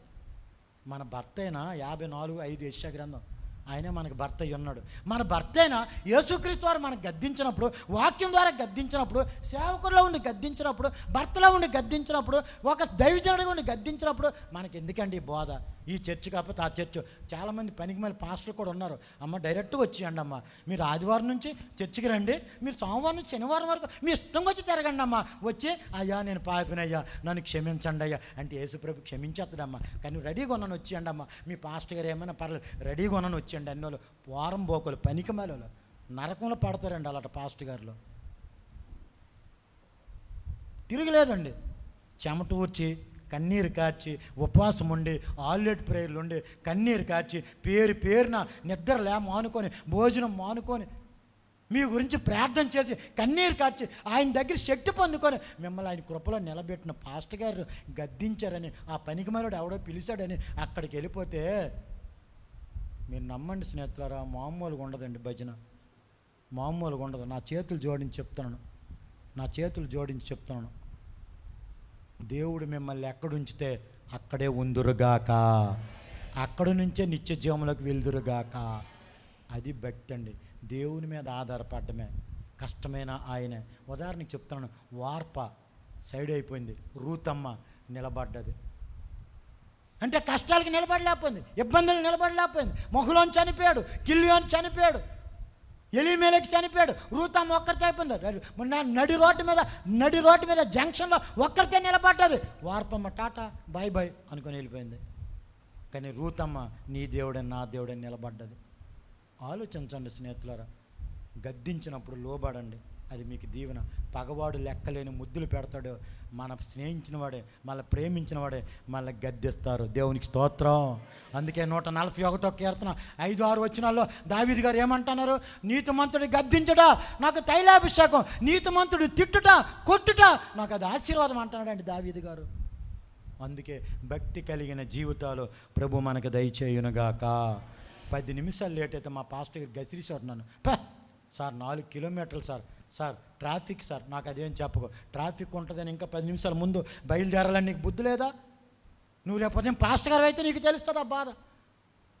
బతికినప్పుడు చెప్పారండి నాకు, నువ్వు పాస్టర్ గారు అయితే నీకు తెలుస్తుందా, రేపోతే నీ విశ్వాసం అలాగొస్తే నీకు ఆ బాధ తెలుస్తుంది అన్నారండి. నిజమే, 10 నిమిషాల ముందు బయలుదేరాలి. గోదావరి ఎక్స్ప్రెస్కి 5:20కి వైజాగ్లో, 6కి వెళ్తే ఉంటుందా? ఎయిర్పోర్ట్కి వెళ్ళాలంటే 2 గంటల ముందు వెళ్ళాలా? ఆ టైంకి వెళ్తే ఉంచుతాడా? మరి చర్చికి ఎందుకండి? చర్చికి ఎందుకు లేటుగా వస్తారు? మా ఇంటిని మీరు నమ్మండి, 4 కిలోమీటర్లు 15 సంవత్సరాలు వెళ్ళాం మేము. చర్చి పక్కనే ఒక ఆవిడ ఉండేది, కరెక్ట్గా ముగింపు ప్రార్థనకు వచ్చేసేది ఆవిడ. గోప మీద కొట్టి వద్దండి, ముసలి అయిపోయింది ఇప్పుడు. చర్చి పక్కనేనండి. పాపం పాస్టర్ గారు నెత్తి కొట్టుకుంటారు, 72 సంవత్సరాలు ముసలాయనండి. ఏడ్చాడు, చూడండి ఎంత చెప్పిన వినేది కాదు. అయ్యగారు అంతేనండి, కొంతమంది ఆ ముద్రతో అలాగే ఉంటారండి అయ్యగారు, మనం ఏం చేయలేమండి. సాతానికే బేట, దేవునికి స్తోత్రం కలుగును కాక. మరి అంతే, మరి దేవుడికి పిల్లలు దెయ్యం పిల్లలు చర్చి పక్కన ముగింపు ప్రార్థనకు వచ్చారంటే వాళ్ళు ఎంత ధన్యులండి. అలా చూసి ఉన్నోళ్ళు ఏమి నేర్చుకుంటారు? దేవునికి మహిమ కలుగును గాక. అది నెంబర్ 1 ఏముండాలో మెలకు అంటే స్వస్థ బుద్ధి. రెండోది ఏముండాలా? నీతి. మూడోది ఏముండాలా? భక్తి. నాలుగో మాట చెప్పి ముగించేస్తాను. ముగింపు అనేసరికి ఒక్కొక్కరికి ఉద్యోగం వచ్చేస్తుంది. దేవునికి స్తోత్రం కలుగును. దేవునికి స్తోత్రం. స్నేహితులారా, మీరు చాలా హుషారుగా ఉన్నారండి. చాలామంది ఉసూరు అనుకుని ఉంటారు. ఉసూరు మొక్కమోడు ఊరు వెళ్ళాడట, ఏడుపు మొక్కమోడు ఎదురొచ్చాడట. వీడు ఉసూరు మొఖం పెట్టి తెల్ల ఊరు వెళ్ళాడు అనుకోండి, అటు నుంచి ఏడుపు మొక్కమోడు వచ్చాడు. ఆడి పని అవ్వదు, ఈడి పని అవ్వదు. దేవునికి స్తోత్రం చెప్పండి ఒకసారి. 12:27 సామెతలు ఏమని తెలుసా? చురుకుగా ఉండుట గొప్ప భాగ్యమని ఉందండి. యేసు నామములో ఆయన పిల్లలమండి మనం. మనకెందుకు చురుకు ఉండదండి? ఆమె చెప్పండి ఒక్కసారి. ఆయన రక్తం మనలో ఉందండి. ఆమె చెప్పండి ఒక్కసారి. హల్లెలూయా. ఆయన స్వభావం మనలో ఉందండి. ఆమె చెప్పండి ఒక్కసారి. ఆయన నీతి మనలో ఉందండి. ఆమె చెప్పండి ఒక్కసారి. దేవునికి స్తోత్రం కలుగును గాక. హల్లెలూయా. దేవునికి స్తోత్రం. నాలుగో మాట చదువుతాలి, ముగించుకుందాం. చెప్పండి ఈ మాట. పరిశుద్ధమైన, చెప్పండి అందరు కూడా, పరిశుద్ధమైన ప్రవర్తన. పరిశుద్ధమైన ప్రవర్తన యేసు ప్రభు కోరుకున్నది అదేనండి. యేసు ప్రభు కోరుకున్నది ఏంటి తెలుసండి? అందరి దగ్గర పరిశుద్ధమైన జీవితమే. సేవకుడి దగ్గర పరిశుద్ధమైన జీవితమే. సేవకురాల దగ్గర పరిశుద్ధమైన జీవితమే. కుటుంబ యజమానుడి దగ్గర, కుటుంబ యజమానురాల దగ్గర, కుటుంబ పిల్లల దగ్గర, అందరి దగ్గర కూడా, సంఘ బిడ్డల అందరి దగ్గర యేసు ప్రభు కోరుకునేది పరిశుద్ధతే.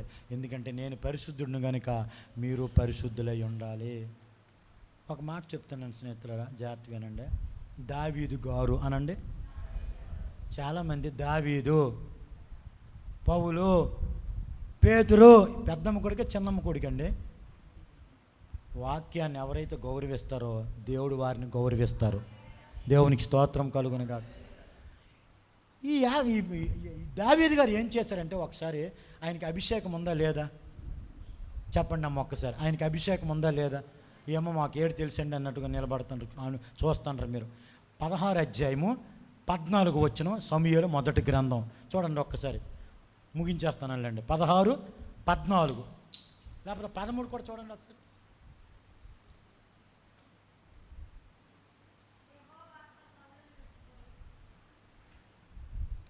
అమ్మా, సమూయేలు మొదటి గ్రంథం 16:13-14 సమూయేలు గారు తైలపు కొమ్ము పట్టుకొని దావీదుని, అది అక్కడ దావీదుని అభిషేకించిన ఉంది.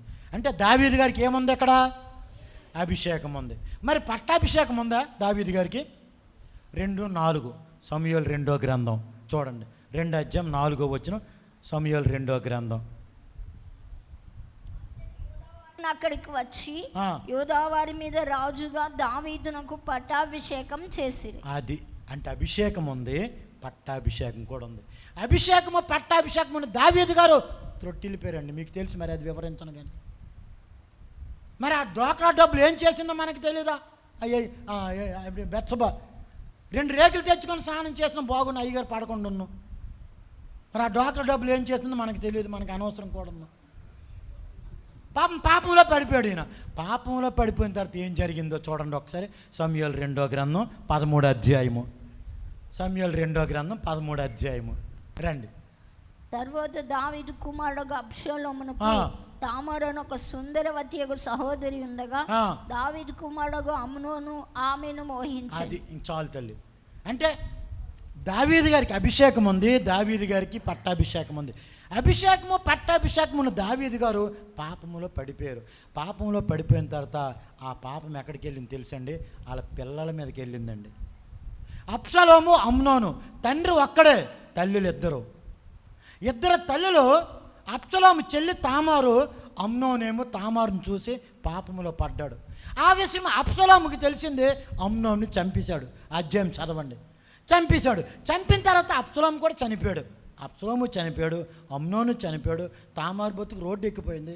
133వ కీర్తన 1వ వచనంలో దావీదు అంటాడు, సహోదరుల ఐక్యత కలిగి ఉండుట.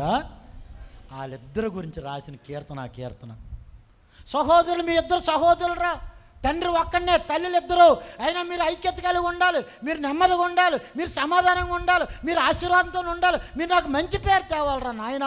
ఎందుకురా ఇలా తొట్టిల పేరు, ఎందుకురా ఇలా పడిపోయారు, ఆ కూతురు ఏం చేసిందిరా, నీకు బుద్ధి ఉందా లేదురా, పెద్దోడా చిన్నోడా, ఆయన చంపడానికి నీకు బుద్ధి ఉందా లేదురా అనుకొని ఒంటి మీద సెట్ట లేకుండా, నెత్తిని గుడ్డ పెట్టుకొని, కాలుకి చెప్పులు లేకుండా 15 అధ్యాయము 30 వచనం సమూయేలు 2వ గ్రంథంలో దావీదు గారు కొండ ఎక్కి ఏడ్చాను. నా చేతులు జోడించి చెప్తానండి, అందరు నా వైపు చూడాలి. నా చేతులు జోడించి చెప్తున్నాను, పురుషులారా స్త్రీలారా, పాపం పట్టుకుంటుంది, పాపం పట్టుకుంటుందండి, క్షమాపణ ఉంటుంది, శిక్ష తప్పదు. దేవునికి స్తోత్రం కలుగునుగాక, దేవునికి స్తోత్రం. క్షమాపణ ఉంటుంది, శిక్ష తప్పదండి. 151వ కీర్తన అలాగే 32వ కీర్తన అది తెలుసుకున్న తర్వాత దావీదు గారు కన్నీరు కార్చి ప్రభువా నేను పాపిని ప్రభువా, నీ ఆత్మ అద్దును దూరపరచకండి అయ్యా, నీ రక్షణానందం మరలా పుట్టించండి అయ్యా, నా తల్లి గర్భంలో నేను పాపంలో పుట్టానయ్యా, పాపంగా బ్రతికనే నేను పాపినయ్యా, అయ్యా అయ్యా నీ ఎదుట నా పాపం ఒప్పుకోకుండా, నీ ఎదుట నా పాపాలు కప్పుకోకుండా ఒప్పుకుంటానయ్యా. 32వ కీర్తన 5వ వచనంలో ఆ మాట్లాడితే 51వ కీర్తన ఆ వచనాలన్నీ కూడా వేసే కాలు పట్టుకొని ప్రార్థన చేసుకున్నాడు స్నేహితుడా. అయినా పాపం పట్టుకున్నది కాబట్టి క్షమించాడు దేవుడు, శిక్ష తప్పలేదు. ఆ శిక్ష పిల్లల మీదకి వెళ్ళిపోయిందండి. యేసు నామంలో నేను ఒకే మాట అడుగుతాను, మనం చేసిన పాపాలు ఈ రోజు కూడా మీరు నమ్మండి, ఆయన పాదాలు పట్టుకొని నేను ప్రార్థన చేస్తాను. ప్రభా ఆడపిల్లలయ్యా వాళ్ళు భ్రష్టులు అయిపోకూడదయ్యా, నేను చేసిన పాపాలు నా బిడ్డల మీదకి వెళ్ళనివ్వకండి అయ్యా, మీ కాలు పట్టుకుంటానయ్యా అని ఈ రోజు కూడా నేను ప్రార్థన చేస్తాను. మొన్న తున్ని అన్నవరం దగ్గర ఒక ఊరి మీటింగ్కి వెళ్ళాను. వినండి స్నేహితులు, జరిగిన సంఘటన చెప్పి ముగించేస్తాను. ఊరు వెళ్ళి సువార్త చెప్పాను, వాక్యము సాక్ష్యము చెప్పేసి నేను ఊరు వెళ్ళిపోయాను. నేను సాధారణంగా ఎక్కడికి వెళ్ళిన ఎవరికి నా ఫోన్ నెంబర్ ఇవ్వనండి, ఎందుకంటే దైవజనులకు ఒక్కరికే నా నెంబర్ ఇస్తాను, ఎవరికి నెంబర్ ఇవ్వను.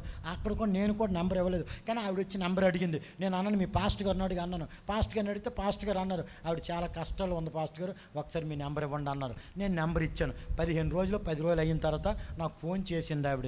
ఏమన్నదంటే ఏడుస్తుంది, కన్నీరు కారుస్తుంది. నేను అడిగాను, అమ్మ ముందు ఏడు లేదంటే చెప్పు, అదేనొచ్చే ఇదేనొచ్చే, నువ్వు 2 చేస్తావు నాకు అర్థం అవడం లేదమ్మా అన్నాను. అప్పుడు ఏడు పాపి ఒక మాట చెప్తుంది, అయ్యా నాకు 3 పిల్లలు అయ్యా, 3 పిల్లల్లోనూ పెద్ద కూతురు అల్లుడు పరిస్థితి బాగోలేదయ్యా, 2వ కూతురు అల్లుడు పరిస్థితి బాగోలేదయ్యా, 2వ కూతురికి పెళ్ళి అయ్యింది, భర్త ఉంటుండగా ఇంకొకటితో తిరుగుతుందయ్యా, పెద్ద కూతురు కూడా జీవితం బాగోలేదయ్యా, అది పోరంబోక అయిపోయిందయ్యా, ఇద్దరు కూడా దరిద్రులు అయిపోయారయ్యా, నాకు ఒక కొడుకు ఉన్నాడయ్యా, ఆడు పచ్చిత్రం ఆగిపోతాయ్యా, ఆ కోడలు ఉందయ్యా, 1వ తారీఖున వస్తుంది, 4,000 పెన్షన్ వస్తే ఆ పెన్షన్ పట్టుకొని వెళ్ళిపోద్దయ్యా, నాకు గెంజి కూడా పోయిదయ్యా, ఇలాగ ఉందయ్యా నా బ్రతుకు, నాకు ఏటయ్యా ఈ కర్మ అంటే నేను అన్నాను, యేసుప్రభు నమ్ముకున్నవా? 15 సంవత్సరాలు అయిందయ్యా యేసుప్రభు నమ్ముకున్నానయ్యా, మీ ఆయన ఉన్నాడా? మా ఆయన లేడయ్యా, చనిపోయాడయ్యా అనుకుని మళ్ళీ ఏడుస్తుంది, నా పిల్లల జీవితం బాగోలేదని. నేను ఒకటే అడిగాను, నేను దైవజనుడిగా నీకు అడుగుతాను, అబద్ధం ఆడకుండా చెప్పమ్మా అన్నాను. చెప్పండి పాస్టర్ గారు, చెప్పండి బాబు అన్నది. ఒక మాట అన్నాను, నువ్వు యవ్వన కాలములో, స్నేహితులు అదే మాట దేవుడు నాలో ఉండి ఆవిడని అడిగించారు. ఈరోజు మనందరితో కూడా ప్రభు మాట్లాడుతున్నారు. ఈ యవ్వన కాలంలో నీ భర్తకి నమ్మకంగా ఉన్నావా అని అడిగాను నేను. నీ యవ్వన కాలంలో నీ పిల్లలు చిన్నపిల్లగా ఉన్నప్పుడు 5 సంవత్సరాలు 6 సంవత్సరాలు 10 సంవత్సరాలు 15 సంవత్సరాలు లోపుగా నీ పిల్లలు ఉన్నప్పుడు నీ భర్తకు నువ్వు నమ్మకంగా ఉన్నావా? ఒక దైవజనుడిగా దేవుని ఆత్మతో మాట నీకు అడుగుతాను, కరెక్ట్గా చెప్పమ్మా, అబద్ధం ఆడుకమ్మా అన్నాను. ఏడుస్తూ అన్నది, అయ్యా నా భర్తకి నేను నమ్మకంగా లేనయ్యా, నేను పాపంలో పడిపోయానయ్యా, నా భర్తకి నేను నమ్మకంగా లేనయ్యా, నేను పాపం చేశానయ్యా. నేను అన్నాను, కొబ్బరి చెట్టుకి కొబ్బరికాయలే కాస్తాయి, మామిడి చెట్టుకి మామిడికాయలే కాస్తాయి, ఈత చెట్టుకి ఈతకాయలే కాస్తాయి, బొబ్బస్ చెట్టుకి బొబ్బస్కాయలే కాస్తాయి. నీతిగా ఉంటే నీ పిల్లలు నీతిగా ఉన్నావు, నువ్వు పనికిమాలి పని చేసావు, ఆ ఆత్మ, ఆ వ్యభిచార ఆత్మ ఈరోజు నీ పిల్లలకు పట్టుకుంది. నన్ను ఏం చేయమంటావు బాబు? దావీదు గారు చేసిన పాపని ఆ పిల్లలు పట్టుకుందండి. వ్యభిచారాత్మ పిల్లలు పట్టుకుంది. అవునవును, వ్యభిచారాత్మ కలిగి కదండి తామార్తన పాపం చేశాడు. మనం చేసిన పాపాలు పోయామనుకుంటామండి, క్షమించబడ్డాను, కరెక్టే క్షమించబడ్డాయి, కానీ ఎప్పటికప్పుడు ఆయన కాలు పట్టుకొని ఇంకా అది దేవునికి మనం ఇచ్చిన ఆశీర్వాదం అండి. మనస్ఫూర్తి మన ద్వారా దేవునికి మహిమ వెళ్ళాలంటే మనమే ప్రార్థించాలి. నేను పాపిని ప్రభువా, నేను పాపాత్ముని ప్రభువా అన్నాడు. 5:5 పేతురు గారు 18-20 ఆది కాండంలో అబ్రాం గారు ఏమో, అయ్యా నేను ధూళినయ్యా, నేను దుమ్మనయ్యా. ఆయన ధూళండి, ఆయన దుమ్మ, సూపర్ అండి, ఆయన కోటీశ్వరుడు అండి, ఆయన విశ్వాసులకి తండ్రి అండి ఆయన అబ్రాం గారు. పేతురు గారు అలాగన్నారు. మరి ఇతనేమన్నాడు? 1:15 తిమోతి రాసిన మొదటి పత్రికలో, పాపులలో నేను ప్రధానుణ్ణి ప్రభువా అంటున్నాడు. అంటే ఈ మాటలు ఎందుకు చెప్తానంటే, నేను చచ్చిన కుక్కలాట ఉన్నాయా అన్నాడు ఇతను దావీదు గారు. నేను ఎందుకు ఈ మాటలు చెప్తానంటే స్నేహితులారా, పాపం ఎప్పటికైనా పట్టుకుంటుందండి.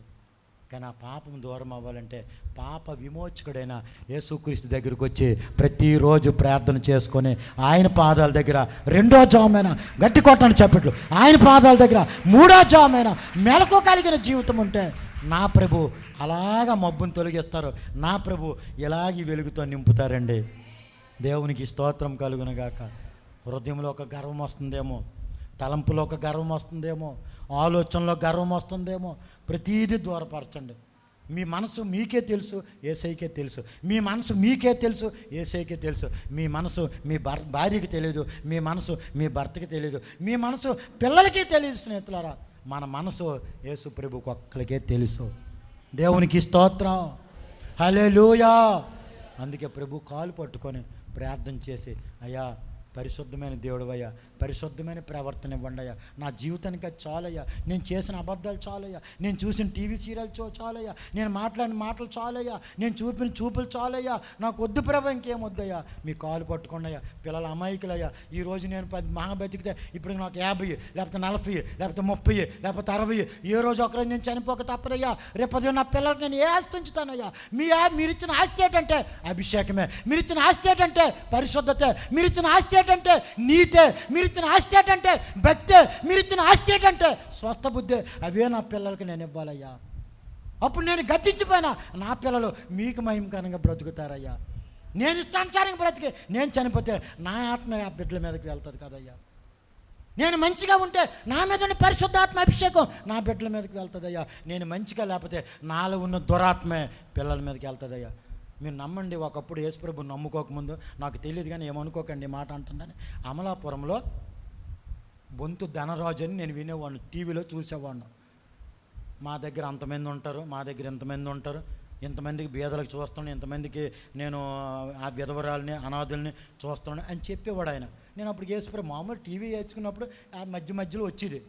నేను యేసుప్రభు నమ్ముకున్న తర్వాత అమలాపురం వచ్చినప్పుడు నేను అడిగాను, కొంతమందిని అడిగాను, అయ్యా బొంతు ధనరాజు గారట ఉన్నారా, చర్చిలో ఉన్నారా, ఆయన చర్చ్ ఎక్కడ, ఆయన విశ్వాసాలు ఎక్కడ, ఆయన అసలు ఏంటో ఆయన పరిస్థితిని అడిగాను. అడిగితే ఒక పాస్టర్ గారు అన్నారండి, మొత్తం కొలప్స్ అయిపోయిందండి ఆయన జీవితం అంతా. ఆ పనికి మీద ఆత్మ ఆ పిల్లల మీద పనిచేస్తుందండి. ఇప్పుడు అస్సలు లేదండి, సేవ లేదు, జావ ఏమీ లేదు. చూడండి, ఆలోచించండి ఒకసారి. ఒక సేవకుడి గురించి ఆ సాక్ష్యం వినవలసింది. నేను బాధపడ్డాను. ఆయన ఎవరో నాకు తెలియదు. నమ్ముకున్న తర్వాత అడిగాను, బొంతు ధనరాజు గారు అటండి ఎవరండి అని. అంటే ఈ మాటలు ఎందుకు చెప్తానంటే స్నేహితులారా, నేను మరీ చెప్తున్నా, నువ్వు ఎలాగున్నావని కాదండి, నీ హృదయం ఎలాగుందో దేవుడు చూస్తున్నారు. ఒక మాట చెప్తాను వినండి. మనది ఫోటో, లోపల ఉన్నది ఎక్స్రే. ఈ ఎక్స్రే దేవునికి తెలుసు, ఫోటో మనుషులకు తెలుస్తుంది.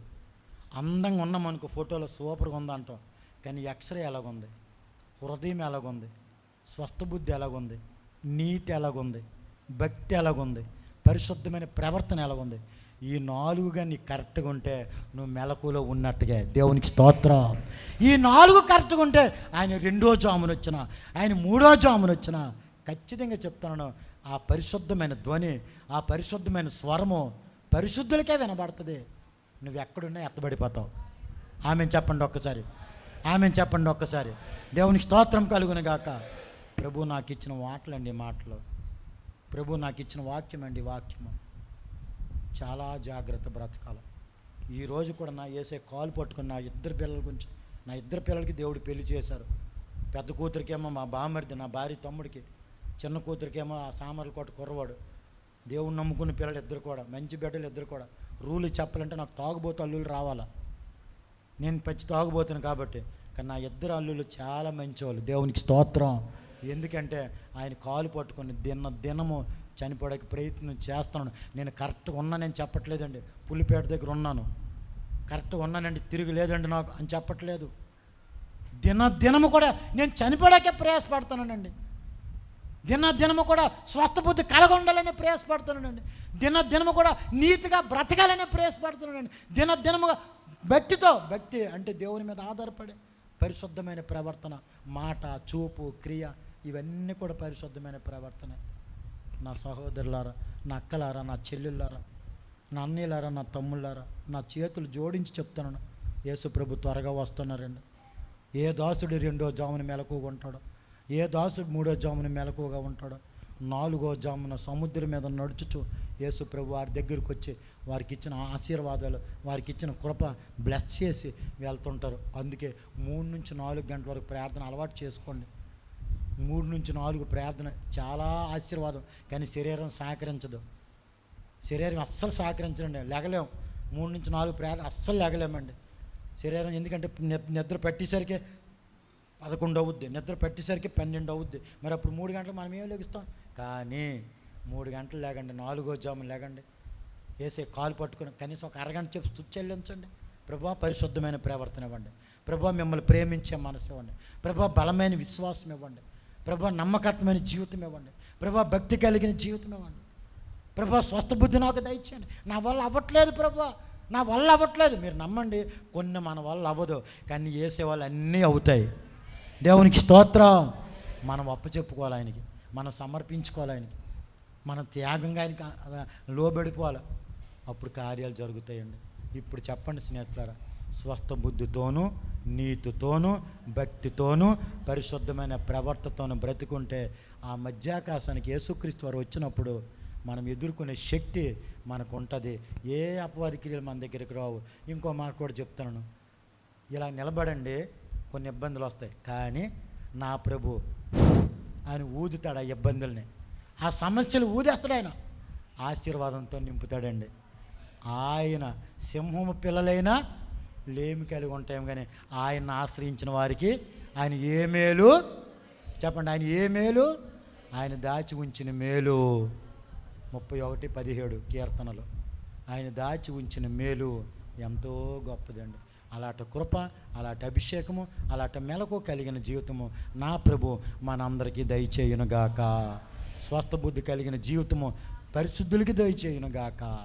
మనందరికీ మహాదేవుడు దయచేసి 2వ రాకడికి సిద్ధపరచునుగాక. మీ అందరికీ వందనాలు.